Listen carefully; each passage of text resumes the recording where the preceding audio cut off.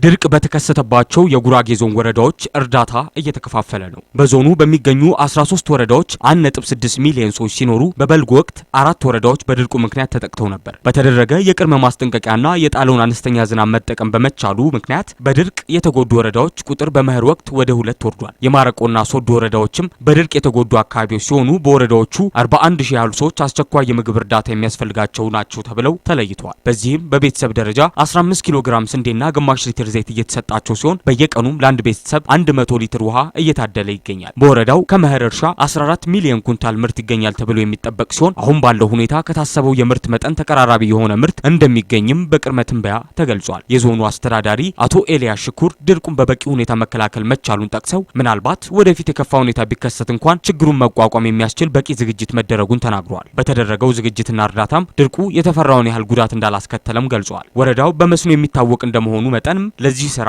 የሚያገለግሉ የውሃ ባንኮች እየተቆፈሩ መሆናቸውን አስረድተዋል። ለዚህ ተግባርም የሚያገለግል የላስቲክ ንጣፍም ለአርሶ አደሮች እየተከፋፈለ ይገኛል። በአካባቢው ድርቁ በእንስሳት ላይ ምንም አይነት ጉዳት ያላስከተለ ሲሆን ለዚህም ክልሉ በቂ ዝግጅት ማድረጉንና በድርቁ ሳቢያ የተጎዳውን እህል መጠቀም መቻሉ እንደሆነም ነው የተገለጸው። ዘገባው የፋና ብሮድካስቲንግ ኮርፖሬሽን ነው።